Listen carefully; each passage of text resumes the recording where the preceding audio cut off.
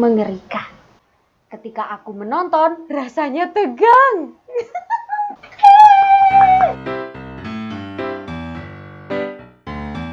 Hai sahabat cerita, balik lagi dengan aku Kira di Rumah Cerita.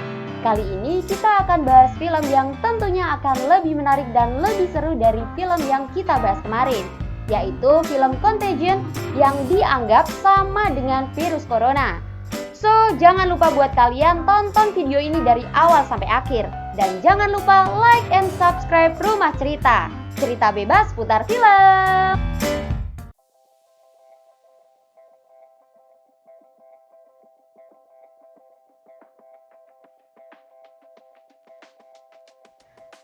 Film The Flu kembali diperbincangkan setelah masifnya COVID-19 di seluruh dunia. Film ini digarap oleh sutradara Kim Jong-soo yang berasal dari Korea Selatan dan dirilis pada tahun 2013. Beriringan dengan film Contagion yang sudah kita bahas di episode sebelumnya, biar lebih seru buat kalian yang belum nonton episode kemarin, buka dulu ya sebelum kalian lanjut ke video ini. Karakter film Korea tentunya penuh dengan drama keluarga dan juga cinta. Film The Flu tak luput dari kedua hal tersebut. Dramatisnya sangat terasa dari peran tokoh utama yaitu Gi Min-hae yang diperankan menjadi Gi Meu, yaitu seorang gadis kecil yang baik hati, pintar dan juga lucu. Lalu Soo-ae sebagai Dr. Kim Min-hae yang berperan sebagai ibu dari seorang anak kecil yang bernama Gi Meu. Karakternya adalah dia wanita yang tangguh dan juga keras kepala. Selain itu, dia adalah wanita yang pemberani. Dia berani mengambil resiko yang sangat besar demi anaknya. Ditambah Jang Hyuk yang berperan sebagai Gang Jinggu. Dia adalah seorang pemuda yang penyayang, penolong, pemberani, dan juga rela berkorban demi Dr. Kim Min-hae dan juga anak perempuannya. Tiga tokoh utama dalam film itu berperan sangat apik, membuat film The Flu tidak membosankan. Ketika aku menonton, rasanya tegang. Karena di setiap plot di dalam adegan itu pasti terdapat hambatan yang misterius dan juga mengerikan. Membawa penonton merasa jengkel, panik, sedih, bahagia bercampuran. Patut ditonton berkali-kali. Jadi cerita dari film The Flu ini aku kasih skor 8,5 dari 10.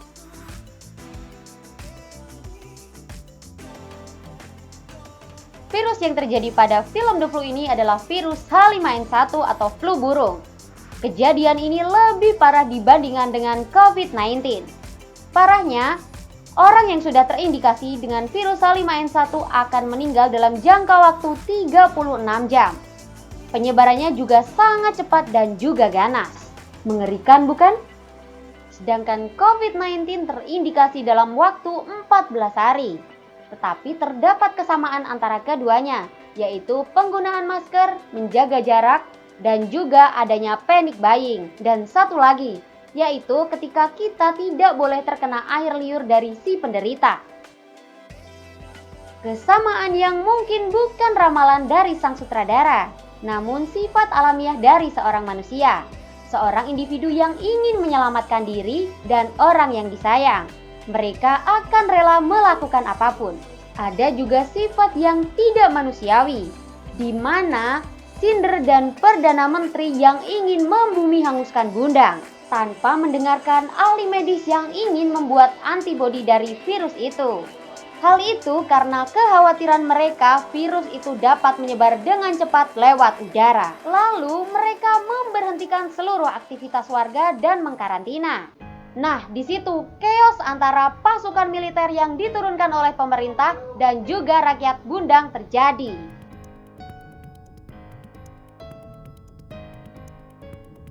Adegan keji yang tertinggal di benak saya adalah ketika mereka yang terkena virus itu tidak dibawa ke pertolongan darurat, tetapi dibawa ke tempat pembakaran. Ya, tempat pembakaran manusia. Saya tambah emosi di dalam adegan itu. Ketika terjadi tembak-menembak antara pasukan militer dan juga rakyat Gundang. Ketika mereka ingin memasuki batasan Gundang dan juga Seoul. Betapa mirisnya jika kita merasakan apa yang dialami mereka. Akhirnya, rencana membumi hanguskan Gundam ditentang oleh Presiden Korea Selatan yang diperankan oleh Cha In-pyo.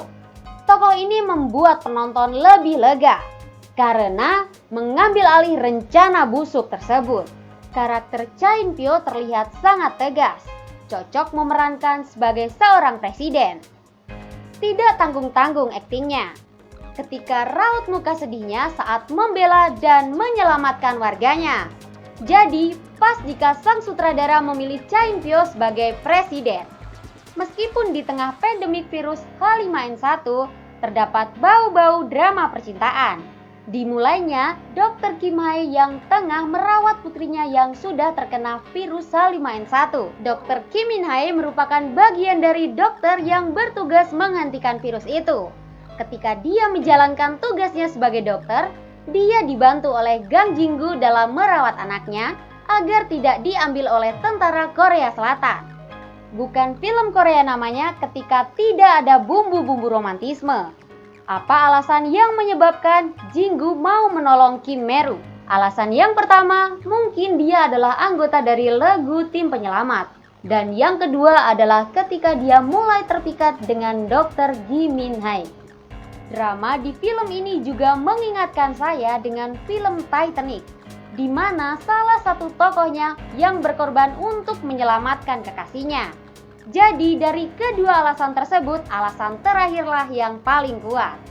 Selain itu, romantismenya Ji Mehu kepada ibunya terlihat sangat emosional ketika dia merentangkan kedua tangannya memohon kepada tentara Korea agar tidak menembaknya. Anak kecil yang diperankan oleh Park Min Hae itu patut dipuji untuk aktingnya menangis, karena saya ikut menangis. Nah, jangan lewatkan scene paling akhir, karena disitulah puncak film ini dikatakan the real film of Korea. Hikmah yang bisa kita ambil dari cerita ini adalah untuk mendapatkan sebuah solusi tidak harus dilakukan dengan perpecahan, bahkan dengan pembunuhan. Ini juga berlaku untuk virus corona yang sedang dialami oleh seluruh masyarakat di dunia. Cukup menjaga kesehatan masing-masing dan juga tidak perlu adanya pembatasan, seperti yang dilakukan di film The Flu, yaitu karantina yang cukup ekstrim. Sampai jumpa lagi di cerita seputar film yang akan kita ceritakan berikutnya. Bye-bye!